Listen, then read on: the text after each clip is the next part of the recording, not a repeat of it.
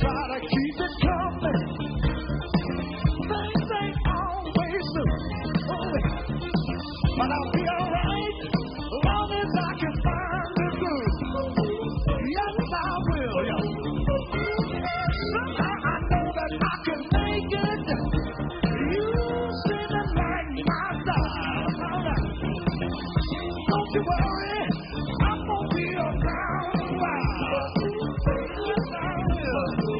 I'm just happy to see you talk to me back and smile again. Live from Leimert Park, USA, I'm Tavis, Smiley. You're listening to KBLA Talk 1580. So glad to see you and me back in stride again. Our phone number, 1-800-920-1580, 1-800-920-1580. All of our socials can be found at KBLA 1580. That's Facebook, Twitter, Instagram, and YouTube, all at KBLA 1580. Download the app as well at KBLA 1580. Download the app and take us with you anywhere in the world and listen to us in real time, but only by downloading the app at KBLA 1580. Should you miss us any day in real time, check out the podcast of this program by going to the app, the website, Anchor, Spotify, Apple, so many places to get the podcast of this program and listen at your leisure. Should you miss us any day in real time, but I am delighted to have you along live with us today for the next 3 hours.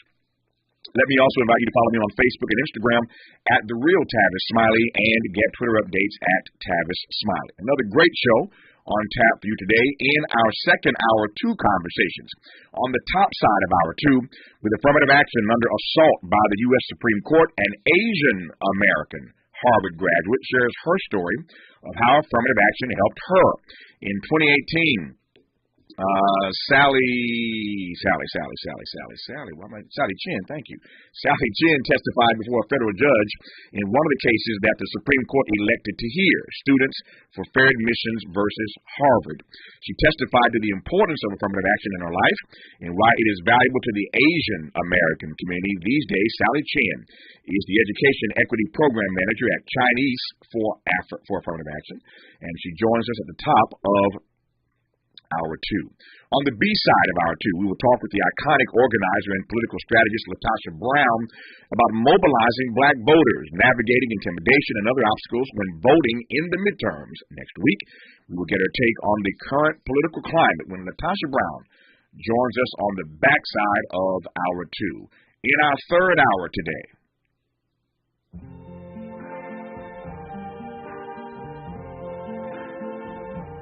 I see trees of green, red roses too.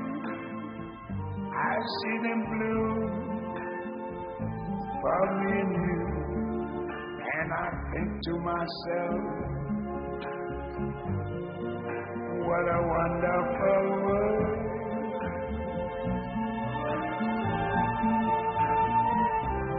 I see skies of blue,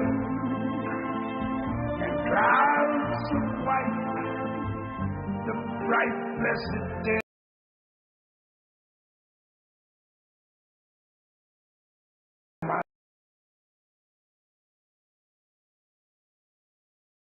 Myself, what a wonderful world. A conversation today about the genius of Louis Armstrong. There's a new Apple TV documentary called Louis Armstrong's Black and Blues, which honors the life and legacy of the legendary jazz musician. In hour 3, we'll be joined by the filmmaker Sasha Jenkins and the Grammy-winning director of research collections for the Louis Armstrong House Museum and the author of 2 texts on the legend, Ricky Riccardi. Louis Armstrong in hour 3 today. But in this first hour, how concerned should we be about the safety and security of certain government officials and elected officials ahead of next week's elections in light of the attack on Paul Pelosi, husband, of course, of House Speaker Nancy Pelosi? The data is clear. Political violence is on the rise, and many believe we are on the precipice of another civil war in this country, especially when polls and surveys confirm that many in this country would support use of force to reinstate Donald Trump as president. No joke. Is it just a matter of time before one of our nation's leaders gets hurt, or worse yet, assassinated? Pleased to be joined once again by the former Secretary of Homeland Security, Jay Johnson. Mr. Secretary, how are you, sir? Tavis, it is always a pleasure to be on your show. I listened very carefully to the lead-in. I have to note that when I was a small boy growing up in New York, we lived in Corona, Queens, right around the corner from one Louis Armstrong. Oh, yeah. I look forward to our discussion. I do not have several 100,000 followers on social media, but I will try to be interesting. You are always interesting, and more than just that. Interesting is my least favorite word in the English language. I literally was just in conversation last night with somebody who I asked a question, and they asked them their opinion of something. They said, well, I thought it was interesting. And I just said to them, I hate the word interesting. It is the most nondescript word ever. And when I ask people questions and they say it was interesting, they turn me off immediately. So you didn't use the word in that instance. And so my point is you are far more than interesting, but there's just no color. There's no texture. There's no nothing with the word interesting. And so I only use it when I'm deliberately trying to diss somebody. Other than that, I try to be a little bit more descriptive. But I digress on that point. You are always far more than interesting, and I'm delighted to have you back on this program. But before I go forward, though, you can't tell me you lived around the corner from Louis Armstrong and not tell me a story about what it was like being a kid living in that neighborhood. Well, when I was first born in 1957, my father was still in school. He was a graduate student, architecture school at Columbia. Mm-hmm. And we, like a lot of black folks in New York, we left Manhattan and moved out to Corona, Queens, 114th and Northern Boulevard, mm-hmm. where a lot of black folk were migrating out of Manhattan then. And Corona was very much an African-American neighborhood in the 50s, 60s. We moved into the Dory Miller apartments. I know you know who Dory Miller was. Absolutely. And if you went there today to the Dory Miller apartments in Corona, Queens, it'd be like stepping into a time warp because it's exactly the same. And Louis Armstrong was around the corner, and Cannonball Adderley was in our building. To live in Corona, Queens. Yeah. At the time, as a kid, I suspect you didn't really know who Louis Armstrong was, though, did you? No. Yeah. And we moved to upstate New York when I was pretty young at that point. Yeah. So Louis Armstrong could have walked up to me on the street in Northern Boulevard, and I wouldn't have known who it was. But at least it's a great story, though. You were in his neighborhood right around the corner and in the same building with Cannonball Adderley. That's a great story. Yep. And what's fascinating to me about that is, as I know, and as fans of you know, and I count myself one of them, you're not just the former Secretary of Homeland Security. You actually host a music show on a great station back in New Jersey. I do. Yeah. I do indeed. WBGO 88.3 FM. That's right. My hobby is classic R&B, and a few years ago, the manager of the station said, Mr. Secretary, how would you like to have your own radio show? And I said, well, you kidding? That'd be like going to fantasy camp. So about once a month on Saturday mornings, 8 to 10 a.m., which is a little early for your West Coast audience, we bring you the best in R&B,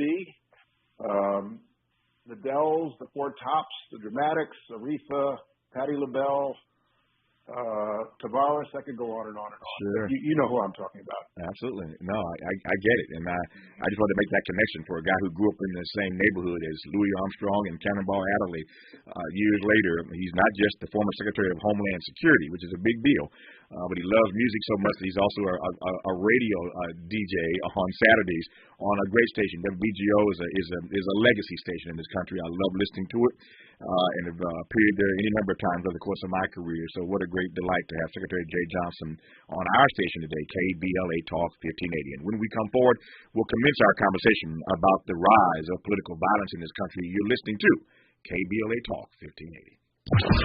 Be sure to like and follow Tavis Smiley at The Real Tavis Smiley and Twitter updates at Tavis Smiley. The conversation continues when we come forward. Hi, I'm Joe Gatlin, Vice President of the British Peninsula NAACP branch. I am supporting Danielle Sandoval for the Los Angeles City Council. Tim McCoster's campaign is using bullying and intimidating tactics against local businesses and local individuals who don't support him. We need a healer, not a divider. I'm giving my full support to Danielle Sandoval for Los Angeles City Council and rescinding my endorsement for Tim McCosker. Forward by Sandoval for LA Committee ID 145002. Say their names. Voter suppression takes many forms. Say their names. When you vote on or by November 8th, say their names, because they can't. Vote on or by November 8th. What's your excuse? Paid for by the African American Voter Registration, Education, and Participation Project. Let's be real. Mopping is a hassle. You have to fill the bucket, pushing a wet, heavy mop around, then cleaning the mop when you're done so it doesn't grow bacteria. A hassle on top of a hassle. Try Swiffer Wet Jet. With Swiffer Wet Jet, you start with a fresh pad and cleaning solution every time. And when you're done, you just toss the pad. Swiffer Wet Jet. The faster, easier, cleaner way to clean your floors. And job. I was surviving, but I wasn't getting ahead anymore. A friend told him about My Computer Career. She's like, I'm already in the program. She's like, you'd be crazy if you don't do it. So I jumped right in and have not regretted it. Anthony did it all online. All you got to do is have an internet connection, and you can do it. Become an IT pro in just months with zero experience at mycomputercareer.edu. You need to check out My Computer Career. If it worked for me, it'll definitely work for you too. It's not rocket science. It's mycomputercareer.edu. This Sunday and every Sunday is the African Marketplace and Drum Circle Community Market. Get free groceries, essential resources, and buy black from local merchants of arts, beauty, custom black merchandise, and more. Choose from a wide variety of cuisines, custom-made clothing, jewelry, and a lot more. Experience the true essence of Africatown at Leimert Park every Sunday from 11 a.m. to 5 p.m. Join the Drum Circle, dance, enjoy live performances, connect with other conscious black people. Experience black excellence every Sunday in Africatown at Leimert Park. You can find us on Degnan Boulevard near Vernon and Crenshaw in the heart of Africatown at Leimert Park. That's the African Marketplace and Drum Circle Community Market. Join us for music, shopping, food, and fun this and every Sunday. Support black businesses, recycle black dollars, and feed your soul. The African Marketplace and Drum Circle Community Market every Sunday in Africatown Enterprise and the African Village Vendors Association. Conversations that matter. You're listening to Tavis Smiley on KBLA Talk 1580. Conversations that matter with folk who are far more than just interesting. Our guest in this first hour, Secretary Jay Johnson, former Secretary of the Homeland Security Department. I invited him on today for a conversation about the rise in political violence in this country. As you all well know, Paul Pelosi, the husband of the Speaker of the House, Nancy Pelosi, attacked some days ago. And this story, of course, has been trending. The top political story, frankly, of the past few days, again, as you well know. Secretary Johnson, I think I want to start here, and we'll work our way forward. I have been trying to find the right word, beyond disappointed, but this is to be expected, I guess, in the world that we live, with the way that the political right in this country has turned this attack into, just a series, a litany of various conspiracy theories. And I don't mean just random everyday people. I mean at the highest levels of our society. I'm talking about Elon Musk. I'm talking about Dinesh D'Souza. I'm talking about Donald Trump and others. I saw a post last night from Donald Trump Jr. that I can't even describe on the radio. It would be disgusting to describe what the variables were that he used, the assets that he used in his post. I don't even want to go there. But the conspiracy theories are just all over the place. And if they're not advancing conspiracy theories about what happened in that attack, they are suggesting that this is what happens when Democrats, don't want to talk about the rise in crime. My point is that this attack has been so politicized that it turns your stomach, because it suggests that we can never, as a nation, it seems, focus on what really matters. So that's a lot. That's a mouthful. But I guess my initial question is, what do you make of the way that this attack on Paul Pelosi has been politicized? That's the question, I think. Tavis, I have a number of thoughts. One of the reasons that I appreciate coming on your show is I know that you are a student of history, so you will appreciate what I'm about to say. Mm-hmm. I was born in 1957, which makes me a child of the 60s. Within a 5-year period, as you well remember, between June 1963 and June 1968, we lost Edgar, Malcolm, Martin, John, and Bobby. A political assassination on average once every 12 months. Today's environment, because of a number of the factors that you cited, in my judgment, is at least as combustible as was the mid-1960s. And it is, in many respects, remarkable. No one has died. No major political figure has died in this environment. We've been fortunate in that regard. Obviously, the Pelosi family is in grief and trauma. I despair for Speaker Pelosi and her husband, her kids, her grandkids. But it's remarkable that no one was seriously injured on January 6th at the Capitol. No member of Congress, that is, was seriously injured, when we know that that mob was looking for Speaker Pelosi, was looking for high-profile Democrats. It's remarkable that the vice president was not seriously injured when we know that they were looking for him. And so I just have to note the long view here, that it shouldn't take someone dying before our political leadership, those of us with a public voice, decide we need to tamp this down. Moynihan, as you know, used to say, you're entitled to your own opinions, but not your own facts. That's right. We have gotten to a place in this country where people believe that they are entitled to their own facts. Social media has a lot to do with that. Frankly, cable news has a lot to do with that. And there are polls out there, Tavis, that suggest, and a lot of good research has been done by a University of Chicago professor named Robert Pape, that reveals, according to his survey data, that there are some 13 million people in this country prepared to resort to violence to restore Donald Trump to office. That's a lot of people. It is also the case that approximately, according to recent polling data, 1 in 6 Americans, 1 in 7, ascribe to the QAnon theory that our government, our financial services industry, our media is run by Satan-worshiping pedophiles. Americans out there have basically departed from reality. So it is no surprise, it is shocking but not surprising, that politicians, elected officials, principally on the left, are the targets for violence. And words do matter. In my judgment, the number one answer to this problem is we have to tamp it down. The other thing I'll say, Tavis, in response to your question, the point I like to make, the point I've been making to audiences as a Democrat, I'm a Democrat. I gave the keynote address at the Alabama State Democratic Convention a couple weeks ago, that Democrats are the parties of public safety for two reasons. Crime affects blue communities where we live. And number two, we are the party that wants to get guns off the streets. We are the party that wants to take assault weapons away from 18-year-olds with serious mental health issues.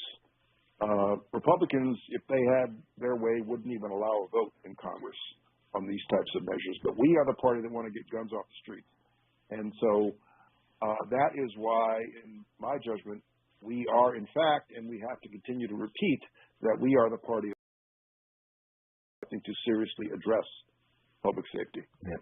You said a lot there, and I didn't want to interrupt you, but now there are two or three things I want to follow up on and give you a chance to unpack, if I might. Number one, sure. Let me go back before I come forward. As you were talking and making the point that it is a surprise on some level to you that we have not experienced the maiming or the murdering of any of our major national figures, given this season of discontent, this season of political violence that we are in. And I share that point of view.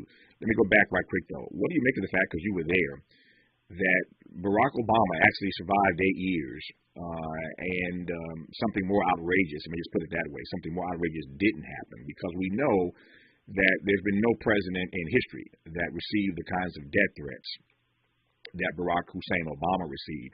So looking back on it again, you were there, Secretary of Homeland Security. What do you make of the fact that he actually survived that 8-year period without something, again, more outrageous happening to him or his family?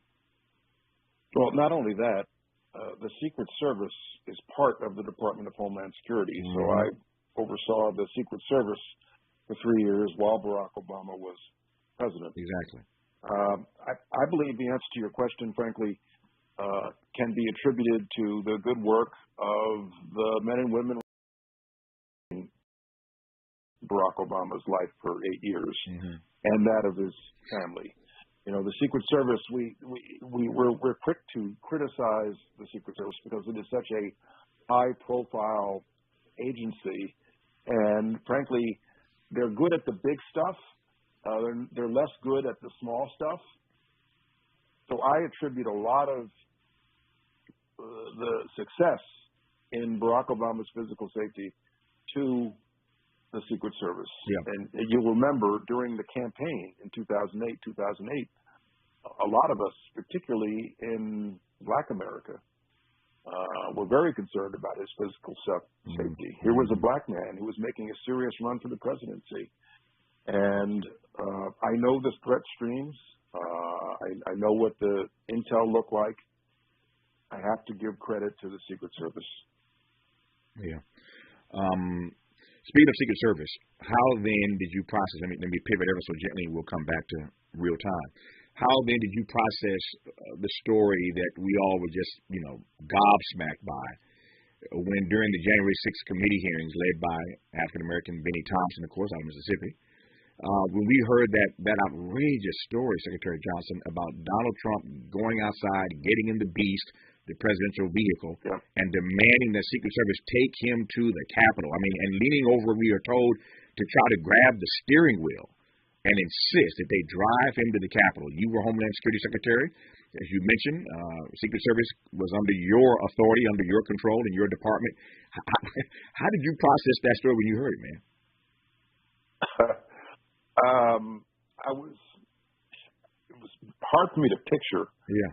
The first thing I thought to myself was, I guess it's true that sometimes protect a protectee from himself. Yeah. And in that instance, when you're dealing with an individual like Donald Trump, I suppose that's true. The Secret Service managed to prevent him. It would have been a remarkably bad idea for the President of the United States to go to the Capitol in that environment at that moment. Anyway, even if it wasn't the person who incited the mob. And so it's unfortunately part of the job description that every once in a while you got to protect the protectee from himself and some of his bad instincts. Yeah. You said a moment ago that this is primarily happening on the left. That is to say, the person's being threatened. Persons who are primarily on the left. I'm not naive in asking that question, but asking this question, I should say. Well, why do you think that is? Why is it the case that the folk that are being threatened, that are being harmed and maimed, are primarily on the left? So it's coming from the other side, obviously. Yeah, the overheated rhetoric, the incitement to violence, principally, not exclusively, but principally, is coming from the right, from the extreme right. Mm-hmm. Images of progressive politicians, of Democratic politicians with, targets on their face. An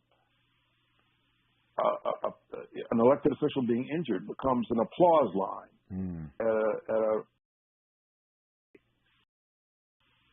So, I mean, look, this is as basic as 2 + 2 = 4, Tavis. I mean, we see and hear the rhetoric. We see the images. We see the ads. We see the statements coming from far right politicians. So it's a dynamic as simple as 2 + 2 = 4. People do listen to their elected officials. People do listen to their leaders. Mm-hmm. And for the deranged among us, that can have dangerous consequences, and it will have dangerous consequences, and it has had dangerous consequences. When we come forward, I'm looking at my clock right now, and I don't want to get you started on this question and know I have to interrupt you for news, traffic, and sports. But when we come forward, I want to come back to this point you made a moment ago about Democrats being the party of public safety. I've been noodling that since you offered that frame. And I think you're right about that, but I want to get you to make a distinction between Democrats being the party of public safety and Republicans, advancing that they are perennially the party of law and order. And I'm not sure I understand the distinction between the two. I'm not sure where you draw that line. If Democrats are the party of public safety and Republicans fancy themselves as the party of law and order, you got to unpack that for me and tell me where you're, again, drawing these lines of distinction, how those two things vary and differ from each other. We're talking in this hour to the former Homeland Security Secretary, Jay Johnson. Delighted to have him on KBLA Talk 1580. We've got a lot to talk about. Good thing we've got 3 hours. More of Tavis Smiley when we come forward.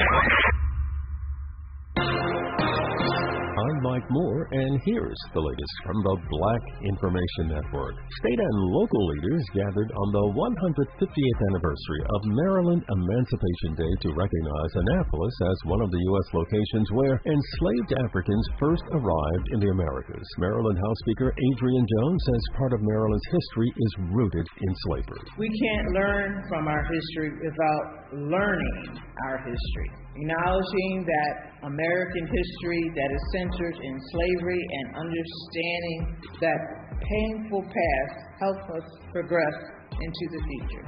During the event, it was dedicated to honor the 2 million captive Africans who died during the Middle Passage and the 10 million who survived to build the Americas. And that's the latest. I'm Mike Moore from your 24/7 news source, the Black Information Network and BINnews.com. Wednesday morning travel's looking quite busy. We've got a wreck in Long Beach now on the 91 East. East 91 at the 710 South transition. Looks like the right lane of that transition blocked. We're loaded up from Wilmington. Troubles for North Hollywood on the 170 South at Riverside Drive. Wreck on the shoulder here. You're busy from Victory. Headed towards Griffith Park, Burbank, the 134 West. Approaching Forest Lawn Drive, you got a crash here onto the right shoulder. That has caused a tough commute as far back as to 2. Willowbrook, the 105 East at Wilmington. A crash onto the shoulder here with a busy drive from at least the 110 freeway. And Mid-City 10 West at La Brea had a crash from earlier. That is gone, but very busy from Vermont. Hi, I'm Kyle at Blindster.com. I sell custom-made blinds, shades, and shutters that are easy to install at prices less than big box retailers. Blindster blinds are custom-made for your windows, and I guarantee they'll fit. Don't hire a pro. Do it yourself and save big at Blindster.com. This is the KBLA Sports Minute with Ray Richardson. The Lakers got a pep talk at Tuesday's practice from former Lakers star Pau Gasol. Lakers coach Darvin Ham invited the two-time NBA champion to speak to the team. The Lakers play New Orleans tonight at Crypto.com. The Philadelphia Phillies hit 5 home runs in their shutout win over the Houston Astros in Game 3 of the World Series. Game 4 is tonight in Philly. When Jackson State's football team arrives in Houston for Saturday's game against Texas Southern, Jackson State coach Deion Sanders said his players will not be allowed to leave the team hotel. The safety precautions by Sanders is a response to the fatal shooting of popular rapper Takeoff at a Houston bowling alley Tuesday morning.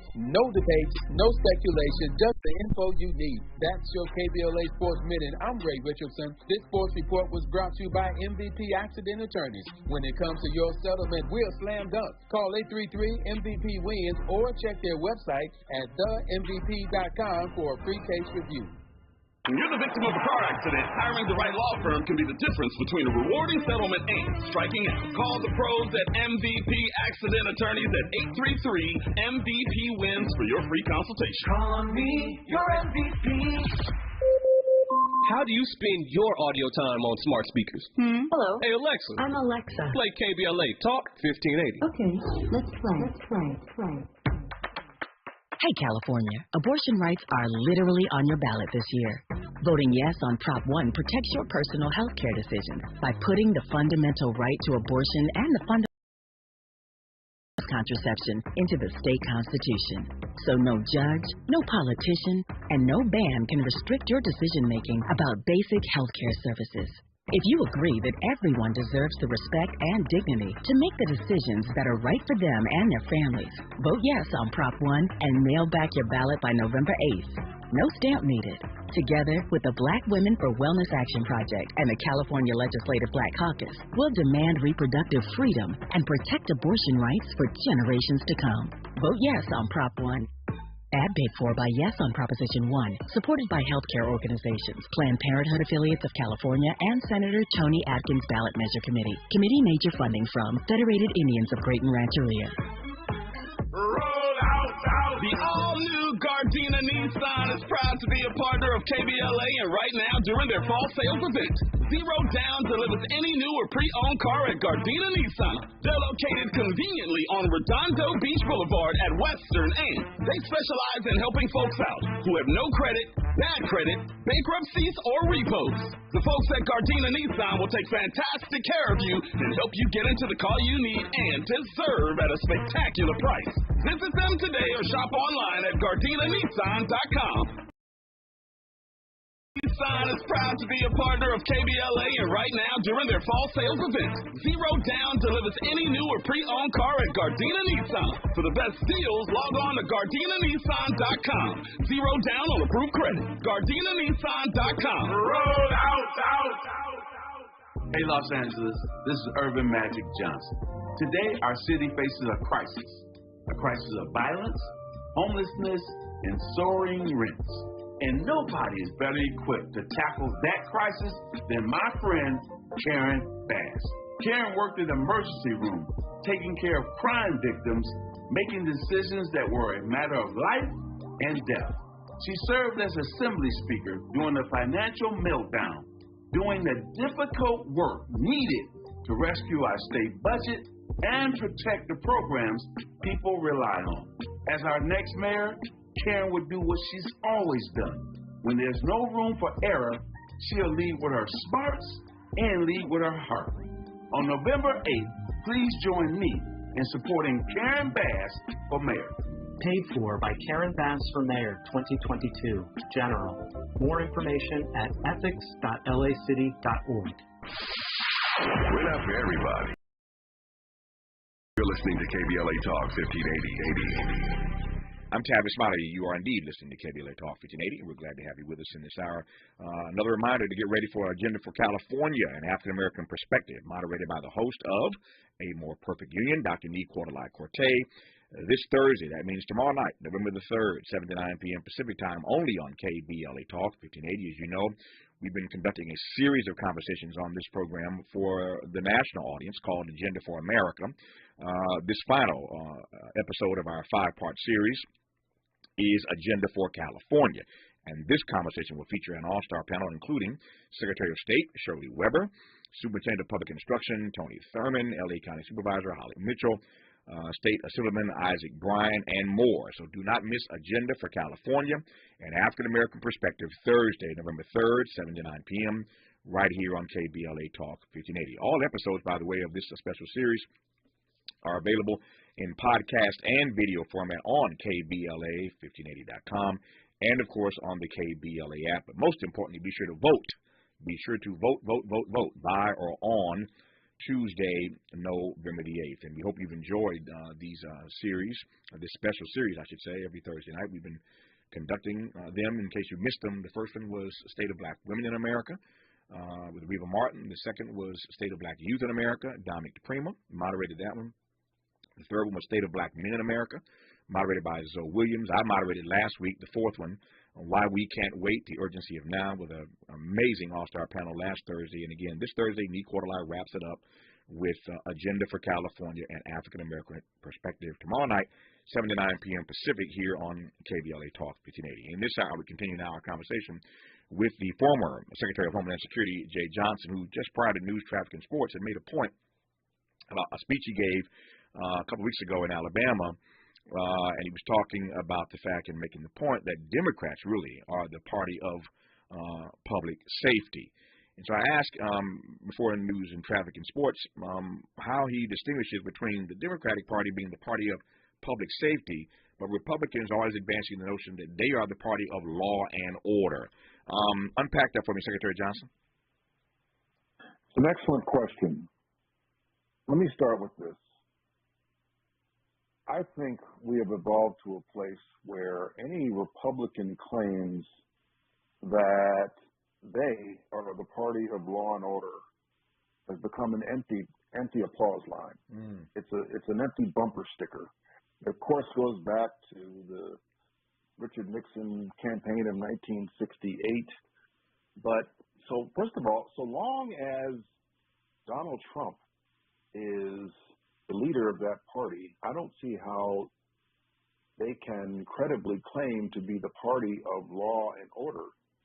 In my observation, Donald Trump has no respect for the rule of law. Donald Trump himself is probably under investigation in at least 3, possibly 4 jurisdictions.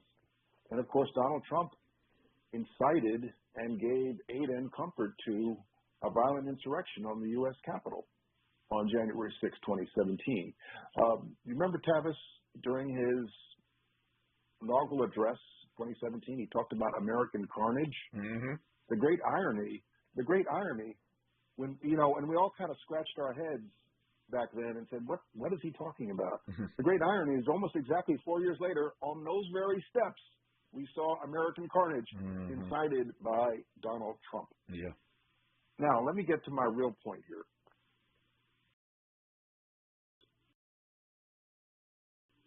Crime affects, principally in this country, blue communities.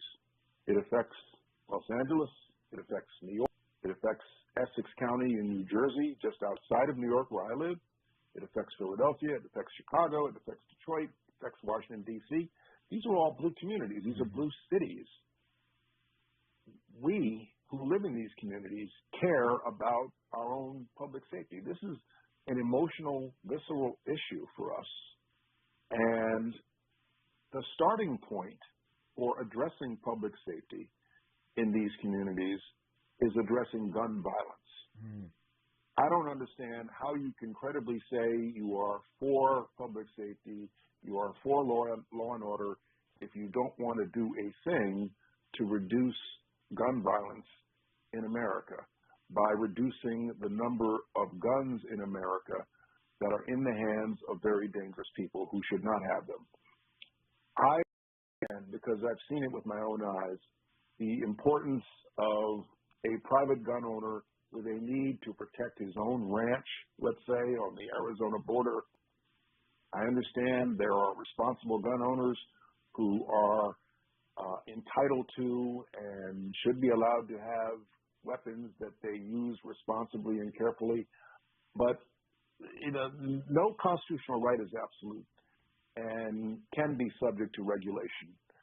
There is no legitimate reason why an assault weapon should be in the hands, in private civilian life, should be in the hands of anybody, let alone a deranged young man who on his 18th birthday gets to walk into a gun store and buy one. So the starting point for addressing crime in America is addressing gun violence in America, which Democrats are fully committed to doing. And so this is a matter of logic. And this is, the essence of the answer to your question is that we have to separate the rhetoric from the reality. The rhetoric, law and order, has been associated with the Republican Party now for over 50 years.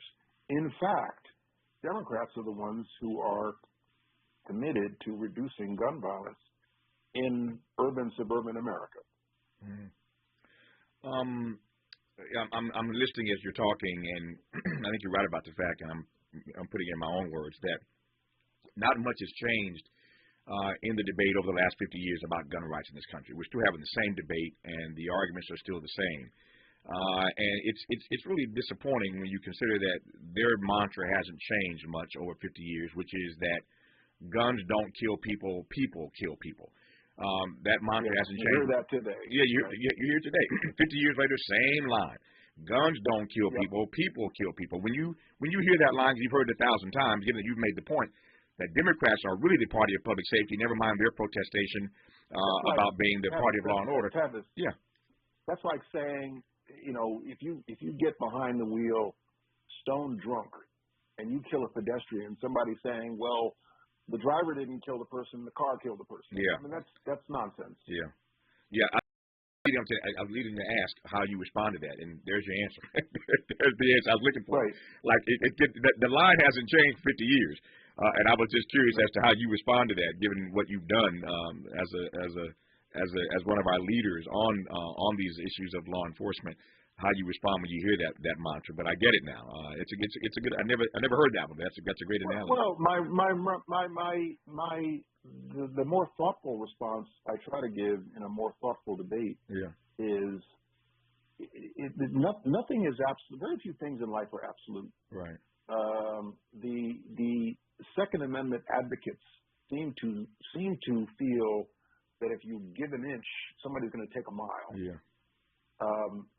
We can have responsible gun ownership in America consistent with the Second Amendment, but we can also have responsible, effective regulation of guns such that people who really should not be allowed to have them cannot buy them or not get their hands on them. In so many other contexts, it shouldn't be that difficult in this context as well. Yeah. When we come forward, I want to ask you this, and that is whether or not you are thoroughly convinced at this point, or whether or not you're still marinating and still considering the answer to this question. So do you know what the answer is, or are you still processing it? Here's the question. Are you convinced at this point that the greatest threat to our democracy is absolutely on the inside and not from the outside? Is that something you're still processing, or have you arrived at a clear answer to that question, whether or not the greatest threat to our country going forward is from the inside or from the outside? We'll get the former Secretary of Homeland Security, Jay Johnson, to respond to that and a bit more when we come forward. You're listening to Tavis Smiley on KBLA Talk 1580. You have the right to remain silent, but don't let them hear you on KBLA Talk 1580. California college students, are you ready to earn cash for community service? I'm Aisha Cairo, and I can tell you how, thanks to CaliforniaBlackMedia.org. This is your K-Black Minute News. The first hashtag Californians for All College Corps Fellows will begin during the 2022-2023 academic year. Students can receive up to $10,000 for completing a year of community service. College Corps is a statewide paid service program that provides meaningful work to college students that helps them graduate on time with less debt while benefiting the local community. According to Governor Newsom, College Corps is about restoring the social contract between the government and its citizens. This public investment builds upon California Volunteers' army of service members. Over the next 4 years, College Corps will engage 13,000 California undergrads. Find out at CA.gov. I plan to make history by being one of the first public defenders ever elected in LA County history. I share your values, and I hope to earn your support in November. My name is Anna Slotky-Raytano, and I'm running for Judge of the Superior Court, office number 60. This ad is paid for by Raytano for Judge 2022, FPPC number 144466. Experienced, dedicated with a strong commitment to justice, Cheryl C. Turner is your clear-cut choice for California State Senate District 28. Cheryl C. Turner will work tirelessly to improve District 28 until we accomplish what is best for our community. Ms. Turner will work to represent District 28, its residents, and make it a better, safer, and healthier place to live. She will truly address the COVID-19 crisis impact on jobs, housing, education, and the economy. Vote for Cheryl C. Turner for California State Senate District 28. Ms. Turner's legal background will enable her to propose, evaluate, and advocate for laws that will benefit District 28, which includes Ladera, View Park, Baldwin Hills, Leimert Park, Century City, and Culver City. Her history of public service to this community ensures that she will look the right choice. Vote for Cheryl C. Turner for California State Senate District 28. This is Cheryl Turner, and I approve this message. Paid for by Turner for Senate 2020. Interrogating your assumptions and expanding your inventory of ideas. Let's get back to Tavis Smiley on KBLA Talk 1580. Secretary Johnson, you've got the question, sir. Have you, as a former Secretary of Homeland Security in this country, decided whether or not you believe that the greatest threat to the future of this democracy is from the inside or from the outside? First, let me mention something that I think you'll find very interesting. Tomorrow night at the Cambridge Union in England, the Debate Society at the Cambridge Union, one of the most famous debate societies in the Western world. Yes. I'm going to be debating this very proposition, blue versus red. Wow. And the proposition is the House believes that you should vote blue no matter who. I will be for the proposition. My debate partner will be former Congresswoman Jane Harman, who represented Los Angeles. I know Jane Harman. For many years in Congress. And my debate opponents will be former Congressman Mick Mulvaney and Trey Gowdy. It should be very interesting tomorrow night in England. But let me get to your point. The threat environment, Tavis, the greatest threat to our democracy comes from within, without a doubt. Comes from public figures, incumbent elected officials, candidates for office, who are prepared to cast aside our constitutional norms, the will of the voters, in favor of trying to cling to power through some process involving state legislatures, state secretaries of state, contrary to the will of the voters. You know, there's so much talk about rigged elections in Republican circles now. That would be the very definition of a rigged election. If somehow, contrary to the will of the voters, contrary to the will of the Electoral College, someone gets elected president of the United States. I believe that the greatest threat to our democracy comes from among those who do not respect democracy, who do not respect constitutional norms, who do not respect their oath of office. Thank you for that answer. Let me just pivot for a second, ever so gently, and take a moment of personal privilege, if I might, and ask you: have you ever? Is this your first time doing this debate at the Cambridge Union? No, I've debated there several times, and the last time they made me an honorary life member of the Cambridge Union. I've also debated at Oxford, too. There you go. I've been to both in my career, and I tell you, and so, I mean, I'm sharing with you a story that you already know because you've been there. When you walk in that facility and you see the pictures on the wall of all the folks who stood in that space, it is one of the most intimidating things ever. When you stand at that desk, and as you know, there at Oxford, they have, and Cambridge for that matter, they've kept the room is still the same. You're standing at the same lectern as everybody. Everybody who's anybody in the history of the world has been invited to stand at that lectern and face each other across that room, parliamentary style, like we see, on C-SPAN. We see the House of Commons do their debates. But I was invited some years ago, and I was just, I wish I had waited till afterwards to walk around and see all the photos of the persons who had stood in that space. But you've done it a few times. This is old hat for you. But the first time I went, I was completely, it was crazy. It's always special, especially when you have to put on black tie. That's right. That's right. I had to put on my black tie and stand there and debate, and it was quite an experience. But one of the great honors of my life was to have been invited to Cambridge Union to actually stand at that lectern where Mandela and Castro and Malcolm X and you name it. Malcolm X. Yeah, man. James Baldwin.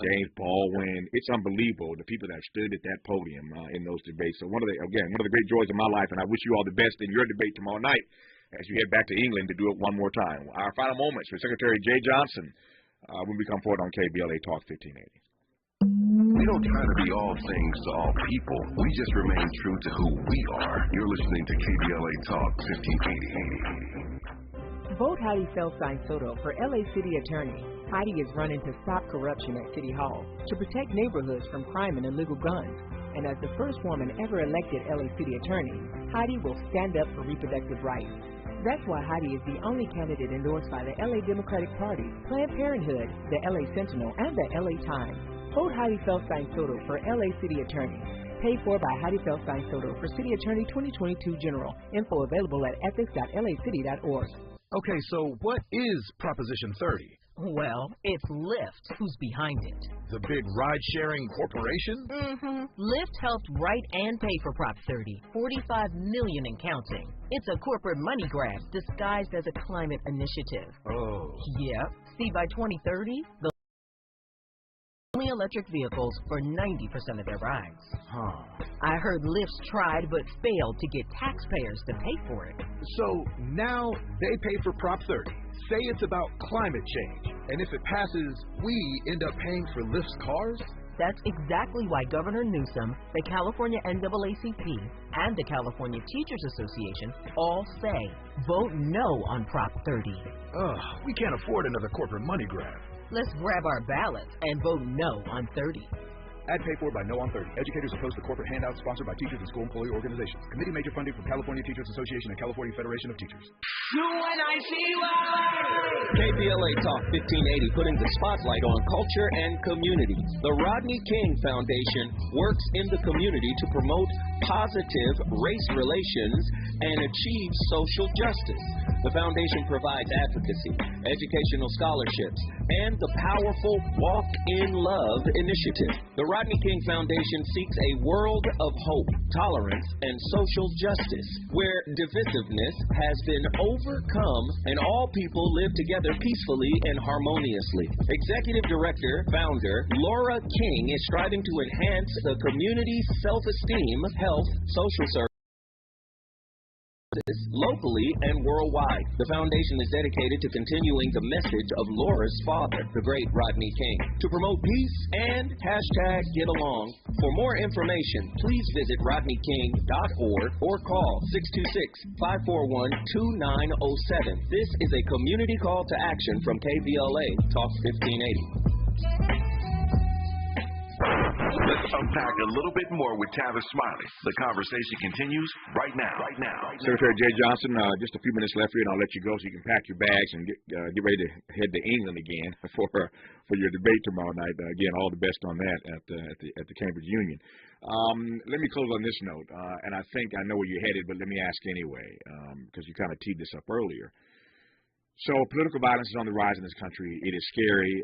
I closed where we began by asking whether or not it's just a matter of time before we see one of our nation's leaders hurt, maimed, maybe even murdered, sadly. This would not be a new story in this country, but the rhetoric is completely off the charts. The civility is MIA. And I'm just curious as to how you see the coming months and years if we cannot arrest these developments, as it were. And on an optimistic note, okay, you told me something in one of our discussions that has stuck with me, and I've repeated. April 3, 1968, Martin Luther King, the day before he was assassinated, called home to Ebenezer and said, "My sermon for Sunday is how America might be going to hell." Mm-hmm. And that tells you where his head was at the day before he died. But since then, America did not go to hell. We went to the moon. We invented the internet, the iPhone. We elected a black president with an African first name. I remain an optimist so long as we continue to participate in our democracy, so long as we vote on Tuesday. And levels of voter participation, as you know, have been on the rise. That's a good thing. Mm-hmm. We can preserve our democracy. We can see a better day so long as we continue to participate in our democracy. Yeah. And what specifically would your message be between now and Tuesday to African Americans who are listening? Get out there, vote, plan your vote, think about how you're going to vote, think about who you're going to vote for, but above all else, vote. It is a civic obligation. If you sit at home, if you don't vote because you're too busy, you do not have the right to complain. Mm-hmm. Voting is the opportunity to make change. Yeah. And finally here, I'm going to keep squeezing them in until I'm out of time here. At this point, do you think that we are, as a nation, I mean, across the board, are we safer this many years after 9/11, or should we be still on edge? That's a big question. We are safer from the potential of an attack by a foreign terrorist organization like a 9/11. We are less safe when it comes to domestic-based violent extremism. That is the danger zone today in America. And in that respect, that is the number one Homeland Security issue, in my judgment. I will leave it there. He is the former Secretary of the Homeland Security Department. He is Jay Johnson, brilliant attorney at law, and always a favorite guest of mine on this program. Secretary Johnson, good to have you back. We'll do it again somewhere down the road. Have a safe trip to England tomorrow, and I wish you all the best in that debate. Hope you'll win this thing, as I'm sure you have done before. So all the best to you, sir.